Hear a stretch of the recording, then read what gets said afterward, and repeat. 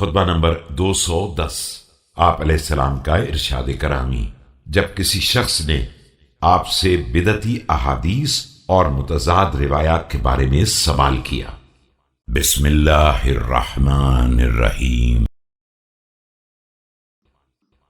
ان فی ایدی الناس حقا وباطلا وصدقا وكذبا وناسخا ومنسوخا وعاما وخاصا ومحكما ومتشابها وحفظا ووهما۔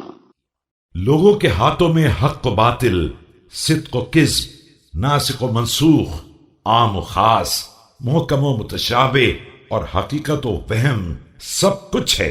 وَلَقَدْ كُذِبَ عَلَى رَسُولِ اللَّهِ صلی اللہ علیہ وآلہ على أهله حتى قام خطيبا فقال، اور کذب و افطرا کا سلسلہ رسول اکرم صلی اللہ علیہ وآلہ وسلم کی زندگی ہی سے شروع ہو گیا تھا، جس کے بعد آپ صلی اللہ علیہ وآلہ وسلم نے منبر سے اعلان کیا تھا، من كذب علي متعمدا فليتبوأ مقعده من النار وإنما أتاك بالحديث 4 رجال ليس لهم خامس۔ کہ جس شخص نے بھی میری طرف سے غلط بات بیان کی اسے اپنی جگہ جہنم میں بنا لینا چاہیے۔ یاد رکھو کہ حدیث کے بیان کرنے والے 4 طرح کے افراد ہوتے ہیں جن کی 5ویں کوئی قسم نہیں ہے۔